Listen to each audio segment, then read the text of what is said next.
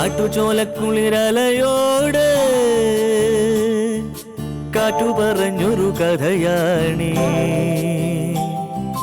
കുരുന്നുപൂവിൻ കവിളുരുമി കരിവൻ തോതിയ കഥയാണീ.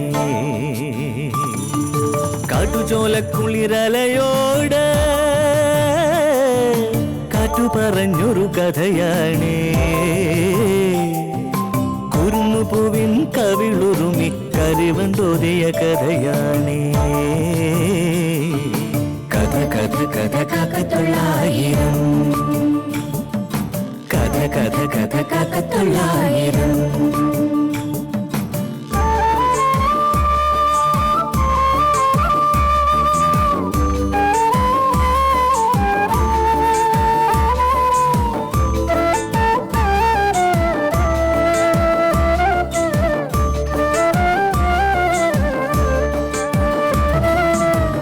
കടലിന്റെ തീരത്ത്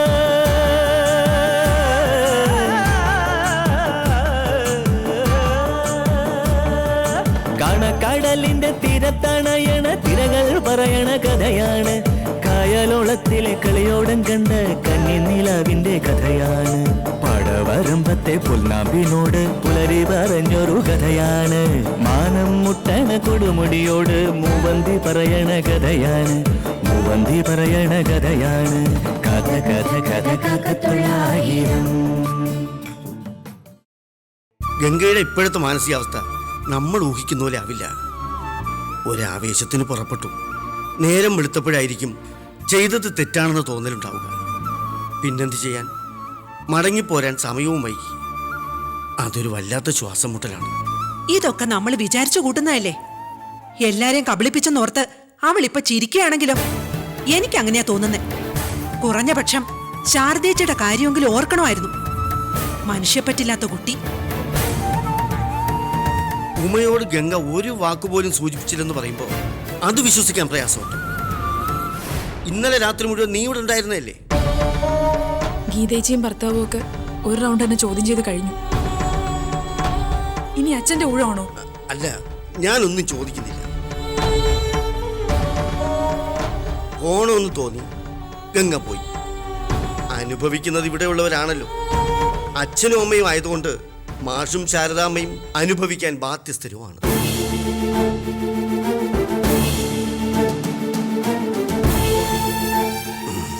മകൾ ചെയ്ത തെറ്റുകൾക്ക് അവരല്ലേ പിഴ കൊടുക്കേണ്ടി വരുന്നത്? ഇതിനിടയിൽ പെട്ടുരുകുന്ന ചില നിരപരാധികൾ, പ്രത്യേകിച്ച് നന്ദൻ. വല്ലാത്ത സംഘർഷമാണ് അയാൾ അനുഭവിക്കുന്നത്. വിവരമറിയുമ്പോൾ സ്വാഭാവികമായും നന്ദനോട് പൊട്ടിത്തെറിക്കുമെന്നാണ് കരുതിയത്. എല്ലാവരും അങ്ങനെയല്ലേ ചെയ്യുക? ഞാനാണല്ലോ ഈ ബന്ധം കൂട്ടിക്കെട്ടാൻ ആലോചന കൊണ്ടുവന്നത്. പക്ഷെ ഒരക്ഷരം മിണ്ടിയില്ല. ഷോക്കായിപ്പോയി ഭാവം. എനിക്ക് ആ ചെറുപ്പക്കാരനോട് മതിപ്പ് കൂടുക ചെയ്തു. അത്രയ്ക്ക് മാന്യനായതുകൊണ്ടാണല്ലോ മുതൽ സംയമനം പാലിക്കാൻ കഴിഞ്ഞത്.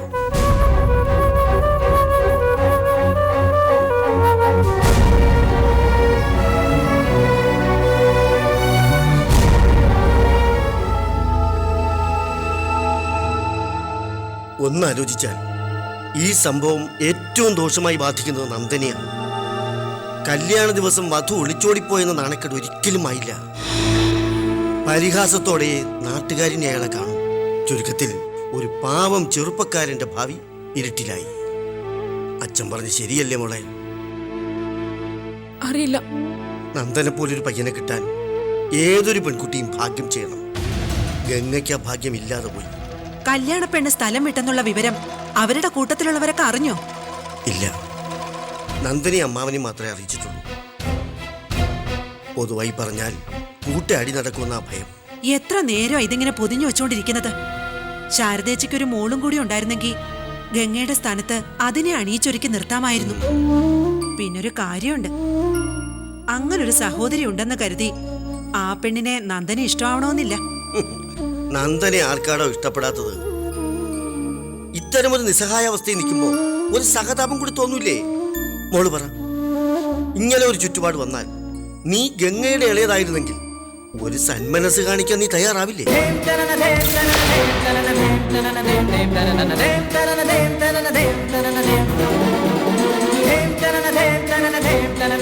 പറഞ്ഞു വരുമ്പോ അതൊരു ത്യാഗമാണ്. ഒരേ സമയത്ത് സ്വന്തം വീട്ടുകാരുടെയും നന്ദന്റെയും മാനം രക്ഷിക്കാം. മോളങ്ങനെ ചിന്തിക്കില്ലേ? അങ്ങനെ ചോദിച്ചാ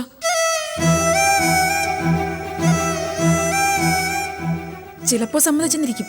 ആ അതാണ് മനസ്സിന്റെ വലിപ്പം. രുക്മിണി കേട്ടല്ലോ. ഇനി അച്ഛനൊരു കാര്യം പറഞ്ഞാൽ മോൾ ശ്രദ്ധിച്ച് കേൾക്കണം. ഗംഗയുടെ ഏറ്റവും അടുത്ത കൂട്ടുകാരിയായിരുന്നല്ലോ നീ. മാഷിനെയും ഭാര്യയും നീ ഞങ്ങളുടെ സ്ഥാനത്താണ് കാണുന്നത്. ഈ വീട്ടിലും മോൾക്ക് എല്ലാ സ്വാതന്ത്ര്യവും സ്ഥാനവും ഉണ്ട്. ഗീതയും നിന്നെ അനുജത്തിയായി അംഗീകരിക്കുന്നു. മോളെ, ഇപ്പൊ പറഞ്ഞ വലിയ മനസ്സിന്റെ ത്യാഗവും സ്നേഹവും നിനക്കങ്ങ് ചെയ്തൂടെ?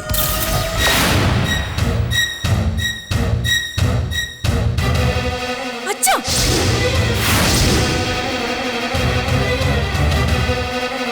ഗംഗയ്ക്ക് വേണ്ടി എടുത്ത ആഭരണങ്ങളുണ്ട്, വസ്ത്രങ്ങളുണ്ട്. ഗംഗ മാത്രമില്ല, പകരം ഞാൻ ആ റോൾ ഏറ്റെടുക്കണോ അല്ലേ? മോളെ, സാധ്യമല്ല. പകരക്കാരിയായിട്ടല്ല മോളെ. അമ്മയ്ക്ക് എങ്ങനെ ഇതിന് കൂട്ടു നിൽക്കാൻ തോന്നി? രുക്മിണിക്ക് ആദ്യം അംഗീകരിക്കാൻ കഴിഞ്ഞില്ല. പക്ഷേ പിന്നീട് ആലോചിച്ചപ്പോ അമ്മ ആലോചിച്ചതല്ല, അച്ഛൻ പറഞ്ഞ് സമ്മതിപ്പിച്ചതാ. പക്ഷെ എന്നെ അതിന് കിട്ടില്ല. നന്ദനെ നിനക്ക് നല്ലപോലെ അറിയുന്നതല്ലേ? എത്ര മാന്യമാണ് അയാളുടെ പെരുമാറ്റം. ഒരു സഹോദരിയോട് സഹോദരൻ കാണിക്കുന്ന മാന്യതയും അന്തസ്സും. തുടർന്ന് ഞാൻ അദ്ദേഹത്തെ സഹോദരനായിട്ടാണോ കാണേണ്ടത്? എന്നെയല്ല, ഗംഗയാണ് ആ മനുഷ്യ ഇഷ്ടപ്പെട്ടത്. അവളെ കല്യാണം കഴിക്കാൻ ഒരുങ്ങി വന്നിട്ടുള്ളത്. അത് മാറ്റി ആ ഇഷ്ടം മറ്റൊരാളുടെ നേർക്ക് തിരിച്ചു വെക്കാൻ ഇതെന്താ റിമോട്ട് കൺട്രോൾ കൊണ്ട് പ്രവർത്തിക്കുന്ന യന്ത്രമാണോ? ഉമേ, ഗംഗയുടെ കൂട്ടുകാരി എന്ന നിലയ്ക്കാണ് നന്ദ സാർ എന്നെ കണ്ടിട്ടുള്ളത്.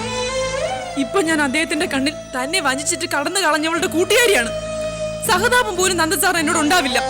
പകരം പകയായിരിക്കും എന്നോട് തോന്നുക. ഉമ്മ ഇങ്ങനെ മുൻവിധിയോടൊന്നും പറയാതെ മോളെ. ഓർക്കപ്പുറത്തുണ്ടായ ഷോക്കിൽ നിന്ന് ഇതുവരെ നന്ദൻ കരകയറിയിട്ടില്ല. അയാൾ ഗംഗയെ ഇഷ്ടപ്പെട്ടു എന്നുള്ളത് ശരിയാണ്. അങ്ങനെയുള്ള ഗംഗ തന്നെ ചതിച്ചപ്പോ ആ വലിയ അപമാനത്തിൽ നിന്ന് തന്നെ രക്ഷിക്കുന്നത് ആരാണോ അയാളെ ആയിരിക്കില്ലേ ഇനി അയാൾ സ്നേഹിക്കുക? അതെ, ആയിരിക്കുമെന്ന് ഉറപ്പാണ്. അത് വെറും സ്നേഹമാവില്ല, ജീവന് തുല്യമുള്ള സ്നേഹമായിരിക്കും.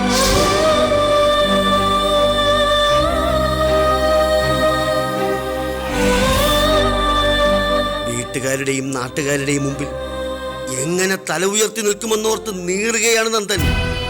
കുറിച്ച മുഹൂർത്തത്തിൽ മിന്നുകെട്ട് നടത്തിയാൽ അയാൾക്ക് തലകുനിക്കേണ്ടി വരില്ല. ഈ ഒരൊറ്റ കാര്യം കൊണ്ട് നന്ദന്റെ കുടുംബത്തിൽ മോൾക്ക് രാജകുമാരിയായിട്ട് ചെന്ന് കയറാം. നന്ദന് നിന്നോടുള്ള സ്നേഹത്തിൽ കടപ്പാടിന്റെ അംശം കൂടി ഉണ്ടാവും. തീർച്ചയായും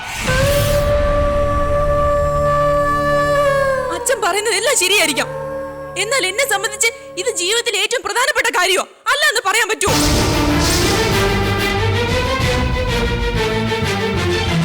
ഒഴിഞ്ഞു മാറാൻ കഴിയാത്ത ഉത്തരവാദിത്തം ഇക്കാര്യത്തിൽ ഉള്ളത് കൊണ്ടാണ് അച്ഛൻ ഇങ്ങനെ സംസാരിക്കുന്നത്.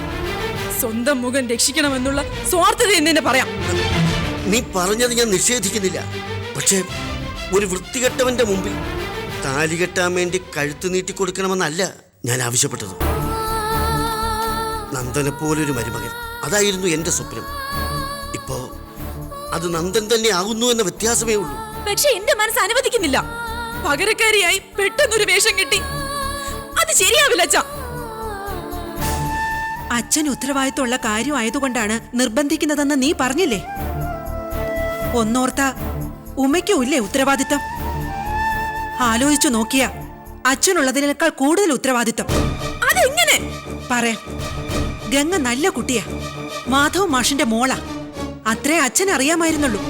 ആ വിശ്വാസത്തിലാ നന്ദനുമായിട്ടുള്ള ആലോചനയിൽ ഇടപെട്ടത്. പക്ഷെ അവളെക്കുറിച്ച് മറ്റാർക്കും അറിയുന്നതിൽ കൂടുതൽ നിനക്കറിയാമായിരുന്നു. എനിക്ക് എതിർക്കാനും തർക്കിക്കാനും ഒന്നും നോക്കണ്ട. എനിക്കറിയാം, ശാരദേച്ചിക്കും ഗീതയ്ക്കും അറിയാത്ത ഗംഗയുടെ രഹസ്യങ്ങൾ അറിയാവുന്ന ഒരേ ഒരാൾ നീയാണെന്ന്. അവൾ എവിടേക്കാണ് പോയതെന്നും എന്തിനാണ് പോയതെന്നും അറിയാവുന്ന ആൾ നീയാ.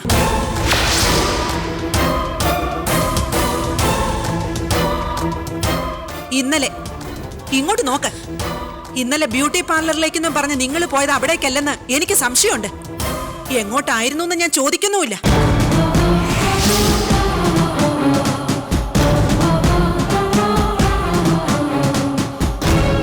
ഇന്ന് രാവിലെ മുതൽ ഈ കുടുംബത്തിന്റെ നെഞ്ചിൽ നെരിപ്പോട് കത്തുകയാ. നീ ഒരാൾ വിചാരിച്ചിരുന്നെങ്കിൽ അത് ഒഴിവാക്കാമായിരുന്നു. ഗംഗ കുറെ ബഹളം ഉണ്ടാക്കുമായിരിക്കും, പക്ഷേ എല്ലാം മംഗളമായി നടന്നേനെ. അവൾ ഏതോ ഒരുത്തിനുമായുള്ള സ്നേഹത്തിന് വേണ്ടി ചതി കാണിച്ചു. നീയോ കൂട്ടുകാരിയോടുള്ള ആത്മാർത്ഥതയ്ക്ക് വേണ്ടിട്ടോ.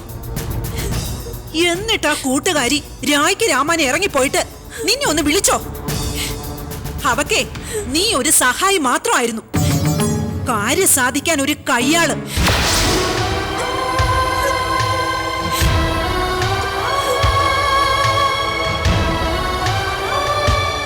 ഉമ്മ മാഷിന്റെ ശാരദച്ചയുടെ കാര്യം ഒന്ന് ആലോചിച്ചു നോക്ക്. സ്വന്തം മകളായിട്ടല്ലേ അവര് നിന്നെ കാണുന്നത്. ആ പാവങ്ങളോട് നിനക്കൊരു കടപ്പാടില്ലേ?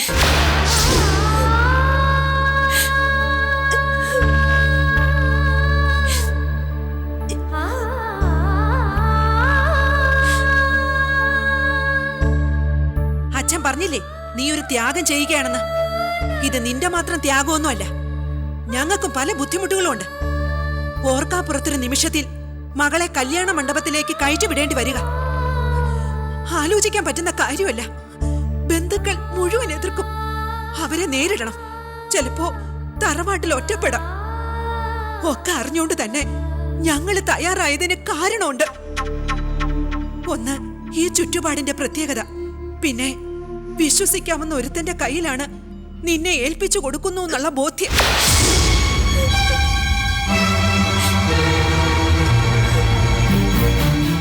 ആദ്യം ഈ കാര്യം പറഞ്ഞപ്പോ എന്നെ എതിർത്ത രുക്മിണി ഇത്രയൊക്കെ ചിന്തിച്ചോ? അല്ലെങ്കിൽ പിന്നെ നമ്മൾ മനുഷ്യരാണോ? ഞാൻ എന്തായാലും നന്ദന്റെ അമ്മാവനെ വിളിക്കുക. നന്ദന്റെ വധുവായി എന്റെ മോളെ മണ്ഡപത്തിലെത്തിക്കാൻ സമ്മതമാണെന്ന് അറിയിക്കാൻ പോവാ. വിളിക്കട്ടെ മോളെ? വിളിക്കേ.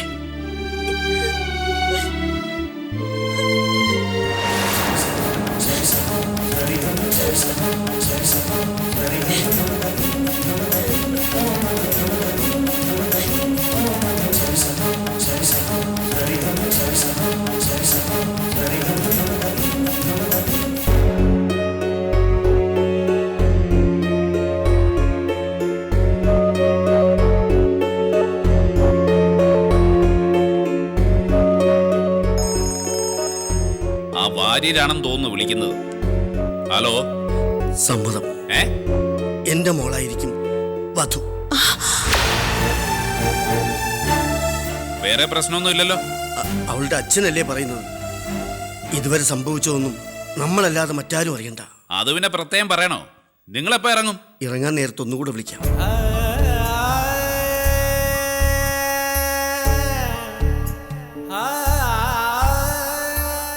ചേച്ചി, അവര് നമ്മുടെ വഴിക്ക് വന്നു. വരുമെന്ന് എനിക്കറിയായിരുന്നു, അല്ലെങ്കിൽ കളി മാറുമായിരുന്നു. ചേച്ചിക്ക് എന്താ വിവരം അറിഞ്ഞിട്ട് സന്തോഷമില്ലാത്തത്? എങ്ങനെ സന്തോഷിക്കാനാ? ഇത്രയും നേരം തീ തിന്നുവല്ലായിരുന്നോ? കാണുന്നതും കേൾക്കുന്നതും ഒന്നും വിശ്വസിക്കാൻ വയ്യെന്നായി. എന്നാലും ആശ്വാസമായില്ലേ? ഒന്നോ രണ്ടോ തവണയെ കണ്ടിട്ടുള്ളെങ്കിലും ആ കൊച്ചിന്റെ മുഖം മനസ്സിൽ നിന്ന് മാറുന്നില്ല. ഗംഗയുടെ എന്തടക്കോ ഒതുക്കുമായിരുന്നു. കാണാനും നല്ല ഭംഗി. ആ ഭംഗി മുഖത്തേ ഉണ്ടായിരുന്നുള്ളൂ, മനസ്സിലവൾ മഹാപെശകായിരുന്നു. ഉമയെ നമ്മൾ ഗംഗയായിട്ട് അവതരിപ്പിക്കുന്നത്. ഇന്നത്തെ ദിവസം ഒന്ന് കഴിഞ്ഞു കിട്ടിയാൽ മതി. പതുക്കെ പതുക്കെ കാര്യങ്ങളൊക്കെ എല്ലാരും അറിഞ്ഞാലും സാരമില്ല. 2 ദിവസം ചർച്ച ചെയ്യുമായിരിക്കും. പോകാൻ പറ. ഇതിനാ യോഗമെന്ന് പറയുന്നത്. വിധിച്ചതേ നടക്കൂ. നന്ദന്റെ ഭാര്യയാവാനുള്ള ഭാഗ്യം ഈശ്വരൻ വാര്യരുടെ മോക്കാ വിധിച്ചേ. അല്ലെങ്കിൽ ഇങ്ങനെയൊക്കെ വന്ന് ഭവിക്കുമെന്ന് നമ്മൾ ആരെങ്കിലും വിചാരിച്ചോ? എല്ലാം ഇട്ടെറിഞ്ഞിട്ടൊരുത്തി പോയല്ലോ. ഒരു പോക്കായിരിക്കും അത്. പിന്നെ ഇത്രയും പേരെ മണ്ടരാക്കിയിട്ട് ഗതി പിടിക്കുമെന്നാ? ഒരു കാലത്തും ഗതി പിടിക്കാൻ പോകുന്നില്ല. നമ്മൾ എന്തിനാ സൗദേച്ചി ആവശ്യമില്ലാത്ത പണിക്ക് നിൽക്കുന്നേ? പറയാൻ പാടില്ല, പക്ഷേ എനിക്ക് പറയാം. ഞാൻ പറയും. പാടി. നോ, നടക്കില്ല. നന്ദ. ഇല്ല അമ്മാവ. എങ്ങനെ ഇത് പറയാൻ അമ്മാവന് ധൈര്യം തോന്നി? ആരോട് ചോദിച്ചിട്ട് ഇങ്ങനെ ഒരു അസംബന്ധ തീരുമാനം എടുത്തത്? ഞാൻ പറയുന്ന മുഴുവൻ നീ ഒന്ന് കേക്ക്. എന്തു പറഞ്ഞാലും ഒടുവിൽ വന്ന് നിൽക്കുന്നത് ആ സൊല്യൂഷനിലല്ലേ? ഭാര്യ സാറിന്റെ മോളെ ഞാൻ കല്യാണം കഴിക്കുക. അതിനെന്താ കുഴപ്പം? കുഴപ്പമേ ഉള്ളൂ. സ്വന്തം പെങ്ങൾ ആരെങ്കിലും കല്യാണം കഴിക്കോ? എനിക്ക് ആ കുട്ടി എന്റെ സ്വന്തം സഹോദരി പോലെയാണ്. പോലെയാണ്, സമ്മതിച്ചു. എന്ന് വെച്ച് സഹോദരി അല്ലല്ലോ. ഞാൻ തയ്യാറല്ല. ഒരു വിശദീകരണം എനിക്ക് കേൾക്കണ്ട. അങ്ങനെ പറഞ്ഞാൽ എങ്ങനെയാ നന്ദ? നോക്ക്, അച്ഛന്റെ സ്ഥാനത്ത് നിന്നാ ഞാൻ സംസാരിക്കുന്നത്. നീ പറഞ്ഞത് നിന്റെ മാത്രം തീരുമാനമാണ്. എന്റെ വിവാഹകാര്യം തീരുമാനിക്കേണ്ടത് ഞാനാണ്. തന്നിഷ്ടപ്രകാരം ഒരുത്തിയെടുത്ത തീരുമാനമാ നമ്മളെ ഈ കെണി കൊണ്ട് ചാടിച്ചത്. അത് നീ മറക്കരുത്. ഞാൻ ഒറ്റയ്ക്കല്ല, നിന്റെ അമ്മ ഉൾപ്പെടെ ഉള്ളവർ ചേർന്ന് ആലോചിച്ചതാ. അവർക്കും സമ്മതം. അവരെ സമ്മതിപ്പിച്ചായിരിക്കും. അമ്മാവനല്ലേ ആള്. ഭീഷണിപ്പെടുത്തി കാണും. വാരി സാറിനെ എനിക്കറിയാം. പെട്ടെന്ന് ആരുടെയും വാക്കുകൾക്ക് മുമ്പിൽ അടിയറവ് പറയുന്ന പാവമാണ്. എന്നാ ഉമയോ? ആ കുട്ടി പന്തലിലേക്ക് ഇറങ്ങാൻ ഒരുക്കം ആരംഭിച്ചു കഴിഞ്ഞു. നന്ദൻ സ്വസ്ഥമായിട്ടൊന്ന് ആലോചിച്ചു നോക്ക്. നിന്നെ അപമാനിച്ചു പോയവർക്കുള്ള മറുപടിയാണ് നിശ്ചയിച്ച മുഹൂർത്തത്തിലുള്ള നിന്റെ താലികെട്ട്. പക്ഷെ ഞാൻ തയ്യാറല്ല. നന്ദ, ഇതെന്റെ അവസാനത്തെ വാക്കാണ്. വാരി സാറിനെ മോളായത് കൊണ്ടല്ല. ഇനിയൊരു വിവാഹം എന്റെ ജീവിതത്തിലില്ല. എനിക്കിനി ഒറ്റ ലക്ഷ്യമേ ഉള്ളൂ. എന്റെ മുഖത്ത് കരിവാരി തേച്ചിട്ട് ഓടിക്കളഞ്ഞ അവളില്ലേ ഗംഗ, അവളെ സ്വസ്ഥമായി ജീവിക്കാൻ അനുവദിക്കില്ല ഞാൻ. നശിപ്പിക്കും, തകർത്ത് കളയും ഞാൻ. അതിനുവേണ്ടി എന്തും ചെയ്യും. അതിന് എന്റെ ജീവിത വ്രതമായിരിക്കും. മതിയോന്ന് നോക്കുമോളെ.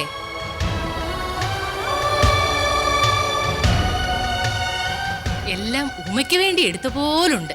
അത്രയ്ക്ക് ചേരുന്നു അല്ലേ മോളെ? ആ, ഒരുങ്ങിക്കഴിഞ്ഞപ്പോ ഗംഗയേക്കാൾ എത്രയോ സുന്ദരിയാവുമ്മ. ആ, ഇപ്പൊ എനിക്ക് ആ പെണ്ണിനോട് സഹതാപം തോന്നുവാ. നന്ദഗോപൻ ഭാഗ്യവാന. കേട്ടോ മോളെ? ഇറങ്ങാ രുക്മിണി ആന്റി, സമയായി വരിക. അച്ഛനും അമ്മയ്ക്കും മോള് ദക്ഷിണ കൊടുത്തോ? അവർക്ക് മാത്രം പോര മോളെ. മാഷിനും ശാരദയിടത്തേക്കും ദക്ഷിണ കൊടുത്ത് അനുഗ്രഹം വാങ്ങിക്കണം.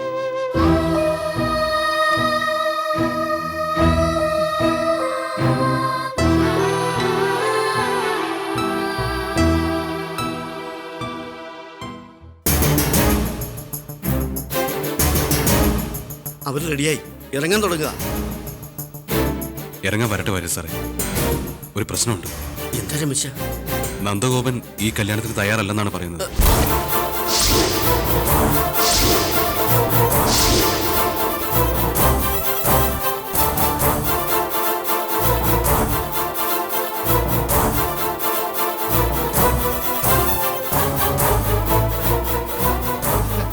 അതെ, അയാൾ ഉമ്മയെ കല്യാണം കഴിക്കില്ലാത്രേ.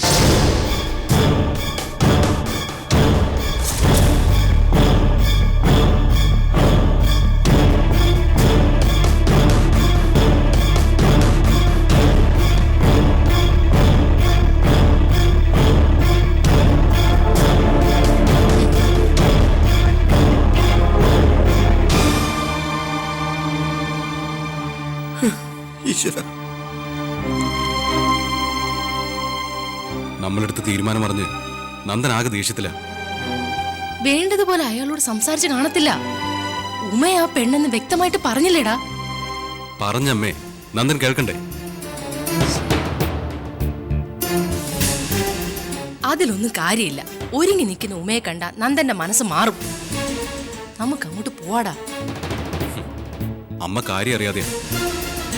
ആര് പറഞ്ഞിട്ടും അനുസരിക്കാതെ നിൽക്കുക നന്ദൻ. ഇത് നടക്കുമെന്ന് തോന്നില്ല.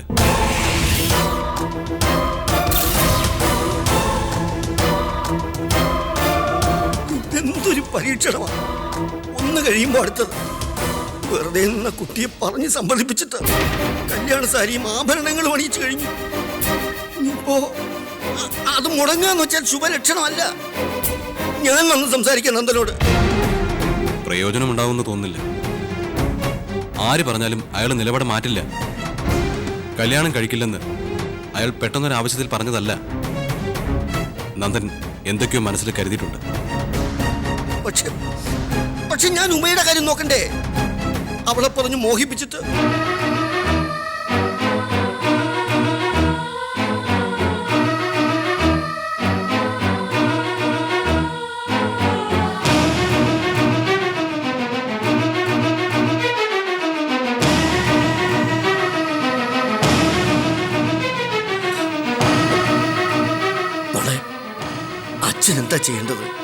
അത് സാരമില്ല അച്ഛാ.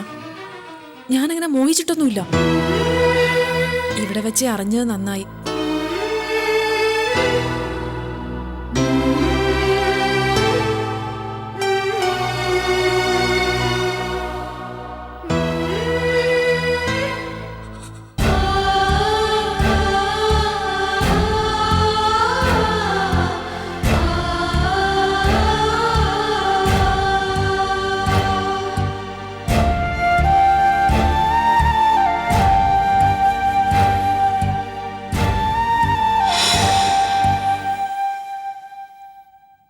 നന്ദഗോപൻ അങ്ങനൊരു തീരുമാനം എടുത്തത് എന്തുകൊണ്ട് നന്നായി. ദൈവമായിട്ട് അയാളെ കൊണ്ട് തോന്നിപ്പിച്ചതാ. എനിക്കൊട്ടും മനസ്സുണ്ടായിരുന്നില്ല നിന്റെ കല്യാണം ഇന്ന് നടത്താൻ. എല്ലാരും കൂടി പറഞ്ഞപ്പോ ഞാൻ കൂടെ നിന്നേ ഉള്ളൂ. നിനക്ക് സന്തോഷായി അല്ലേ മോളെ? ആശ്വാസമുണ്ട്, പക്ഷെ സന്തോഷം ഒട്ടുമില്ല. ഞാനെന്താ നാടക നടിയാണോ? അതോ എല്ലാവരുടെയും കളിപ്പാട്ടമാണോ? നിങ്ങളൊക്കെ എന്താ എന്നെ കുറിച്ച് വിചാരിച്ചു വെച്ചിരിക്കുന്നത്? നീ പിന്നെ സാരമില്ലെന്ന് അച്ഛനോട് പറഞ്ഞതോ? അച്ഛനോട് ഞാൻ പിന്നെ എന്ത് പറയണമായിരുന്നു? എല്ലാരും കൂടെ ഇന്ന് അച്ഛന്റെ മേൽ ശരിക്കും മേഞ്ഞിട്ടുണ്ടാവും. അതിന്റെ കൂടെ ഞാനും കുത്തുവാക്ക് പറയണോ? അപ്പൊ നന്ദനുമായുള്ള വിവാഹത്തിന് നിനക്ക് ഇഷ്ടമായിരുന്നോ എന്നാണോ ഞാൻ പറഞ്ഞതിന്റെ അർത്ഥം? ഇഷ്ടമായിട്ടോ സമ്മതമായിട്ടോ അല്ല. ഞാൻ ഈ അണിഞ്ഞിരിക്കുന്ന എന്താ അമ്മ? വിവാഹവേഷം, അതിനു വേണ്ടിയുള്ള ആഭരണങ്ങൾ, ഇതെല്ലാം ചുമ്മാ വാരി ചുറ്റി റിഹേഴ്സൽ നടത്താനുള്ളതല്ല. ഒരു പെണ്ണിന്റെ ജീവിതത്തിലെ ഏറ്റവും വിശേഷപ്പെട്ട വസ്ത്രം, ഏറ്റവും പ്രധാനപ്പെട്ട ദിവസം അണിയാനുള്ളത്. ഒരിക്കൽ മാത്രം ഉടുക്കാനുള്ളതാണ് കല്യാണ സാരി എന്ന് അമ്മയ്ക്ക് ഞാൻ പറഞ്ഞു തരണോ? ആദ്യമായി ഇത് അണിയുകയും അത് മുടങ്ങുകയും ചെയ്തതിന്റെ പേരിലാണോ ഞാൻ സന്തോഷിക്കേണ്ടത്? മോളെ,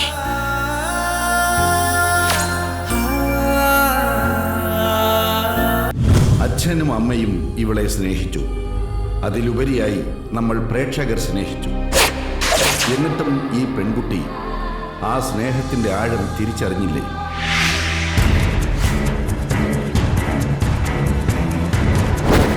നമ്മുടെ പ്രിയപ്പെട്ട ഗംഗയ്ക്ക് സ്വന്തം ജീവിതം കൈവിട്ടു പോവുകയാണോ? കാത്തിരുന്നു കാണുക നിങ്ങളുടെ സ്വന്തം ദൂരദർശൻ. കാട്ടുചോലക്കുളിരലയോട് കാറ്റു പറഞ്ഞൊരു കഥയാണേ, കുരുന്നുപൂവിൻ കവിളുരുമി കരിവണ്ടോതിയ കഥയാണേ.